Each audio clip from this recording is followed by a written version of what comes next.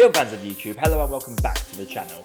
My name is Josh, your Movie Apprentice, and today I am finally continuing my reviews of the Studio Ghibli films after what has been about 5 months, I believe, since my last video covering the studio, so I do apologise for that.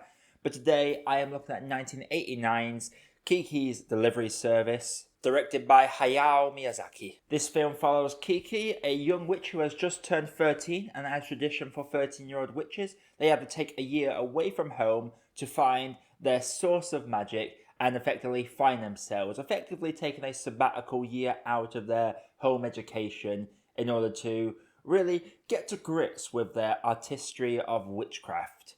And when she lands there, thanks to a convenient interaction with a baker woman, she ends up forming her own delivery company, as on a broom, she can be very effective when it comes to delivering parcels. Before I get into the review, if you do like what I do in this channel, consider clicking that like button and subscribing to the channel. We are so close to 200, I'd really appreciate it if we can get there by Christmas.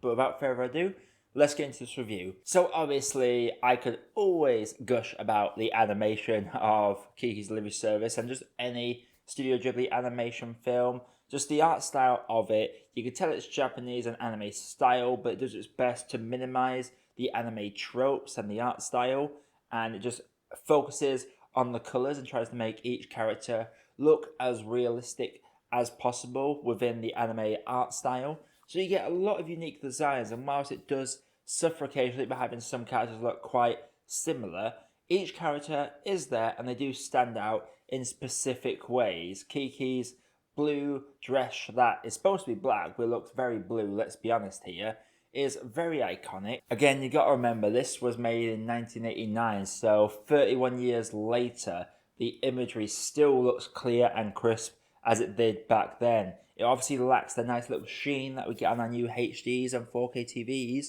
but in terms of just pure visual quality, it is a gorgeous colour palette to look at. I do love the relationship between Kiki and her pet Gigi. Well, it's not really a pet, it's a companion. The cat comes out with so many beautiful one-liners and is very good with its sarcasm. I've seen this film in both the dub and the sub, and Gigi throughout always maintains this matter-of-fact, jokey attitude that is full of sarcasm. I absolutely love the bit where Kiki is saying that a painter wants to draw her, and Gigi's immediate thought is to say naked. And unfortunately, 30 odd years later, whenever you're shooting a film and people see you with a camera, they automatically assume something of a similar irk. So I just really appreciate that line personally. I also love the little message that is given to Kiki by the painter when we eventually get to the painting. Now, first of all, I have to say, I would love to see some of the paintings from this painter on my wall because they are actually gorgeous, anime or not.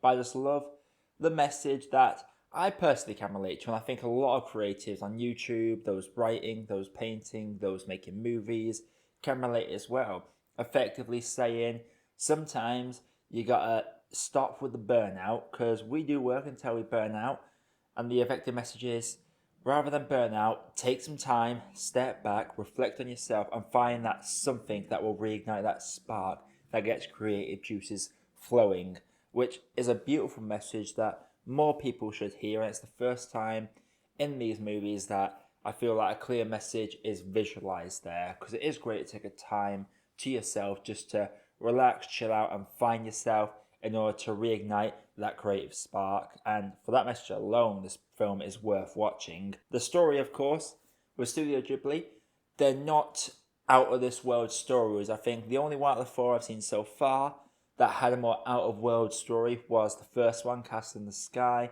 Everyone following that was more grounded and more real, and this film very much continues in that arc. Despite this film containing actual witches, it still grounds itself in reality, to a point where you see certain characters fascinated by seeing a witch for the first time and reminiscing about how their grandparents told them about witches, implying that witches used to be quite common, but they're not as common as they are now. And people don't even blink when they see this girl flying around on a broom, but she does get pulled aside for a ticket for flying illegally by the cops, which I think is quite amusing. I just love how they blend the fantasy of witches with the modern society, straight down to you have these mortals that don't have a broom to fly, that are just trying to work on aerodynamics to actually fly. And the chemistry between Kiki and this boy that she meets that is trying to create a flying contraption, it's a nice little dynamic, and it's just very sweet to see the chemistry blossom.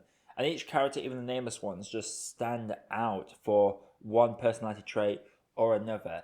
And seeing Kiki's reactions and interactions with all these characters really just shows how in-depth this character is. And Kiki is a witch that deserves to be up there with the witches in, for example, The Witches or Hocus Pocus. In fact, she is kind of above them. Unfortunately, it seems that not many people seem to remember Kiki. I remember going around C2E2 a couple of years ago with my friend Rob, and I passed someone that was unmistakably a Kiki witch. And I just turned around to him and said, Kiki, and they were actually overjoyed that someone actually recognised her. And that was a crying shame for me, actually, because who the hell does not remember Kiki? But regardless from my personal stories and personal biases, let's go an overall here. The colour palette of this is good. The characters are memorable. It is a simple story. It blends magic and modern technology with each other really, really well. There are very few flaws I have with this film, as opposed to, because of its realism, there is a lack of big plot hook to get you reinvested to watch this over and over again. This was only the second time I've watched this movie, and while it is very good, it just lacks that spice that makes you want to re-watch it immediately. Out of the ones that I've seen, I would say Cast in the Sky is the one I would want to re-watch more, just because there's more stakes applied to that particular film. But that is effectively the only real complaint I have for this movie. So overall, I'm going to have to say that Kikis Delivery Service is a great cup of tea. So Kikis Delivery Service, have you seen it? If you have, let me know what you thought down in the comments below. If you do like what I do on this channel, again, consider subscribing to the channel. We are aiming to get to that 200 mark by the end of the year and hitting that bell notification, as I do intend to carry on with the Studio Ghibli reviews coming up on the channel as well. I intend to get a horror review out every weekend, and I'm considering starting a specific video essay that may go well, maybe not, but we'll see how that goes. I'm just kind of inspired to write a video essay at this point. But until next time, my name is Josh, I have been your Movie Apprentice, and I'll see you in the next video. Hey, thank you for watching, and thank you for making it to the end of the video. While you are here, if you haven't done it yet, please feel free to drop a like and consider hitting that subscribe button for more reviews coming all the time.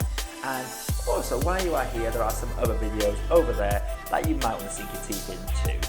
Have a good day, guys, and do enjoy.